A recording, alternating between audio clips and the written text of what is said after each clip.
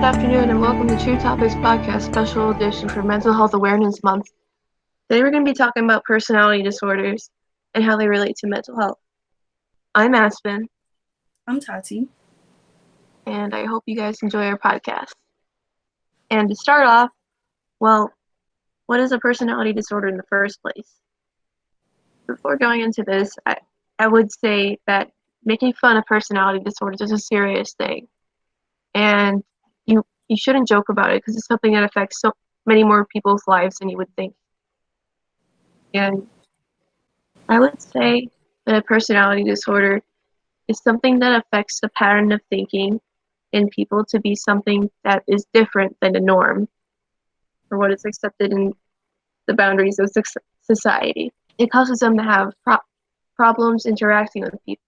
It's kind of like an opposite to depression, where depression's more or less affecting yourself, while personality disorders are kind of affecting how you might see the environment around you. According to Healthline.com, a personality disorder is a subcategory of mental disorder where regular patterns of thinking are distorted, especially in terms of social situations. That does make sense. A lot of these personality disorders have to deal with different patterns of thinking in the brain that are not seen as regular and can disrupt a person's life.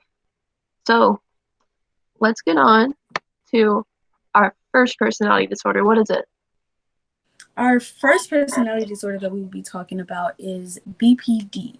And the definition of BPD is a mental disorder or personality disorder characterized by unstable moods, behavior, and relationships. Yeah. Usually bipolar does also involve mania.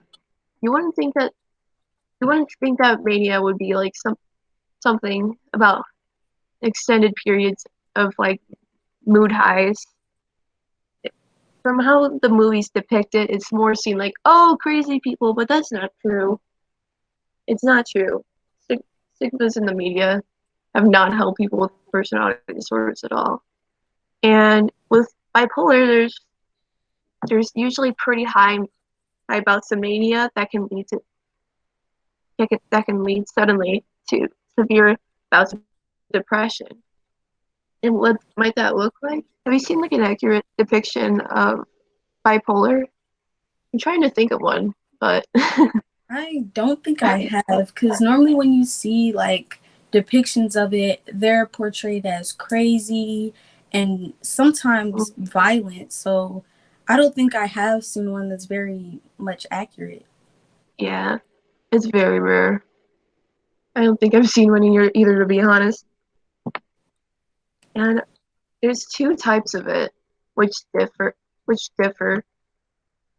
The first type, bipolar 1, involves like severe mood episodes from mania to depression, and bipolar 2 disorder is a milder form of mood elevation involving milder episodes of hypomania that alternate with periods of severe depression, which is a more serious and intense form of the first version. And there are more bipolar disorders out there that fall under the category, but the first two are the ones that you need to know. Yeah, I would say those are the most common kinds that would help you, figure out if you have it in the first place. When it comes to bipolar, make sure not to judge anybody in your life that has it. They cannot really control it, and maybe they might not have the resources for taking care of it right now. So please be patient with them and offer them your support.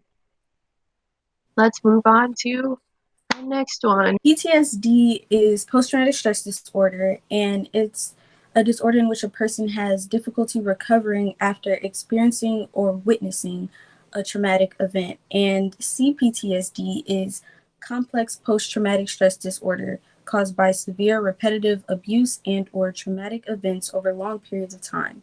And the difference between the two is that PTSD usually occurs after a single traumatic event, while CPTSD is associated with repeated trauma. Yeah, an example of this would be something like child abuse or repeated relationship abuse. or even like if you have been in a traumatic event such as a shooting or a bombing, which might happen multiple times. While PTSD itself, it could be one sort of thing, which is usually thought about as like soldiers seeing a person die or getting severely injured, which is not true. It can range from different things like car accidents to watching a loved one die, even if it's from natural causes. Yeah, I would say the example that people normally use the most is like war veterans, people who've been in war, and like when they hear fireworks and stuff like that. That's like the most common example people use to describe PTSD. Yeah. In my experience, yeah, I've had a similar thing.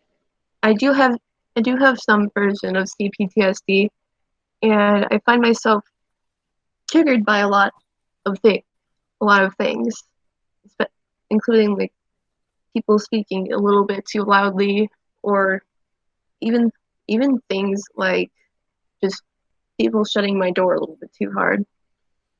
And again, when it comes to triggers, things that can make some symptoms of PTSD or other disorders act up into a possibly serious condition. It has to be regarded with very much respect because it is something that can hurt people. Last but not least, we have dissociative identity disorder, which I can describe for you. It's basically the presence of split fragments from the main personality, and it used to be called multiple personality disorder, but it's outdated. So it's dissociative identity disorder. It is the fragments are called alters and usually take turns switching with one another in the front, which is basically controlling the body. And oh, this one is demonized so much. Honestly, it's something that isn't usually violent towards others. It usually isn't violent at all. It just sometimes might have the effect of getting people in danger with themselves if one of the alters causes trouble. And from firstpersonplural.co.uk, dissociative identity disorder is usually a reaction to trauma as a way to help a person avoid bad memories. DID is characterized by the presence of two or more distinct personality identities, also known as alters, and each may have a unique name, personal history, and characteristics. yeah, and something to note about this is that this develops usually when you have a traumatic event when you are younger. Most people say it's around the age of 6 or younger, but to be honest, it can vary between person to person. But that happening from a very early developmental age does have the possibility to create different alters in a young child. And it's super real. It's not fake, and it affects more people than you think. It's it's even possibly speculated to up to 15% of people have it. This is not the same as schizophrenia. Schizophrenia is in the schizoid disorders category, which could be talked about on its own terms, but we don't have enough time for that today. So one other thing is that there's different categories called other specified personality disorder. They're basically lower categories of DID where there's just different conditions where the alters might share memories, or the alters do still have a little bit of memory recollection after they switch, and that's cool too. And the best thing to do with people who have DID or OCD is just ask who's fronting, ask for the name, and then just continue to have the conversation with them like they're a person, and yeah, they're people. Yes, I was also going to say that although the alters might be different personalities, they are still people, and you should still interact with them as such and not treat them any differently because they do have emotions.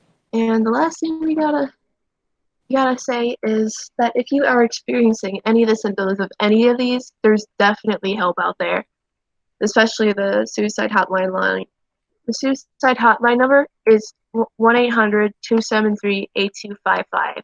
And if you ever find yourself in a crisis, you can always text them. Be honest, there's also lots of programs out there for personality disorders, and if you can't afford it, that's okay. But it's good to start somewhere. I think that's all that we have for you today. Thank you for listening to our podcast. For more, check out truestar.life and follow us on all social media. This is Aspen. This is Tati. And we out. Peace out.